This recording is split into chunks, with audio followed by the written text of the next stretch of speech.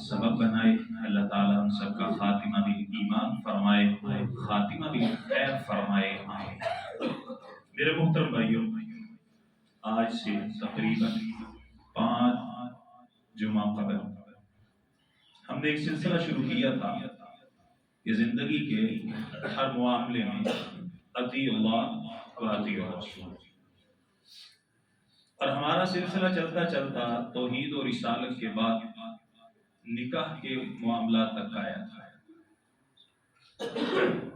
اور ہم نے خطبہ سننا تھا کہ نکاح سے قبل منگیتر کو دیکھنا کہ جس سے نکاح کرنا ہے اس کی شرعی حیثیت کیا ہے.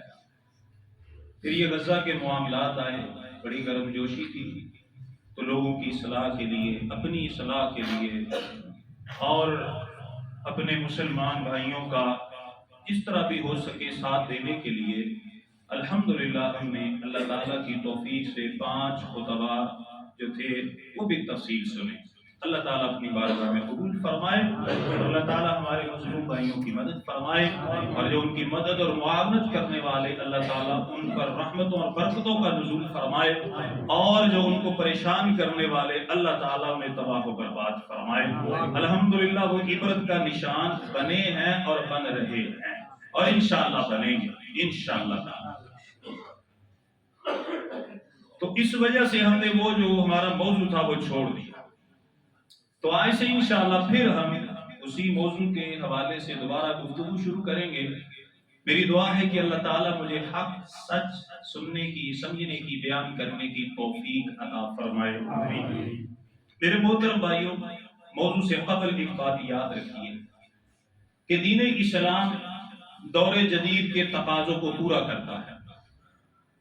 علم نہ ہونے کی بنا پر، علماء کی مجلس سے دوری کی بنا پر لوگ باتیں کر دیں سو کر دیں، لیکن جو قرآن اور حدیث کا مطالعہ کرنے والا اور جو علماء کے ساتھ اپنا تعلق مضبوط کرنے والا، وہ الحمدللہ اس بات کا اقرار کرے گا کہ دور جدید کے جتنے بھی مسائل ہیں ہر مسئلے کا حل قرآن اور حدیث میں موجود ہے.